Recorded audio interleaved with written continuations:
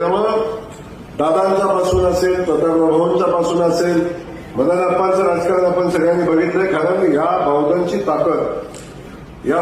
ताकद काय आहे की या तालुक्याचं राजकारण ठरवण्याची क्षमता कुठल्या गावामध्ये आहे तर ते बौद्धांमध्ये आहे. आणि हे इतिहास सांगतो, मी सांगत नाही. अनेक वेळा आपण बघितलं असं या बौद्धांमध्ये एवढी शक्ती आहे. या तालुक्याचं राजकारण ठरवण्याची ताकद या बौद्धांमध्ये आहे. आता विधानसभेची निवडणूक झाली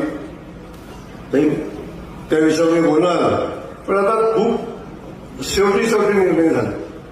आणि मी ताईला परवा सांगितलं, ताई आली होती, बसली होती, दीपक आपल्याला सगळ्यांना सांगतो, माझं सगळ्यांना सांगणं आहे की आता सगळा विषय बाजूला ठेवा. आता सगळेजण आलाय तसं स्टेज असू द्या आणि आपण सुरुवात करा. मी सांगितलं ना, आज बघितलेली सभा ही परिवर्तनाची सभा, एवढंच मी सांगेन आपल्याला. तर लोकांना काय अपेक्षित आहे? लोकांना काय अपेक्षित आहे की तुम्ही सगळ्यांनी एकत्र येऊन काम केलं पाहिजे. हे लोकांना अपेक्षा आहे, ते आपण करा.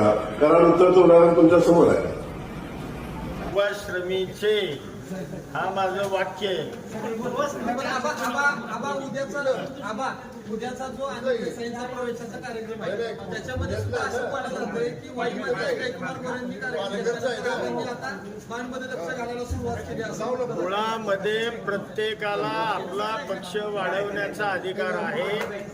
ते त्यांचा पक्ष वाढवतात, मी माझा पक्ष वाढवतो. पण त्यांनी परवा वाईमध्ये म्हटलं ना, जर चांगलं नेतृत्व असतं तर वाईचा अजून विकास झाला असता. वाईचे मतदार मला प्रत्येक वेळेला वाढीव मताधिक्याने विजयी करतात. कदाचित त्यांना माहित नसतं. मी 2-3 हजारांनाही कधी निवडून आलो.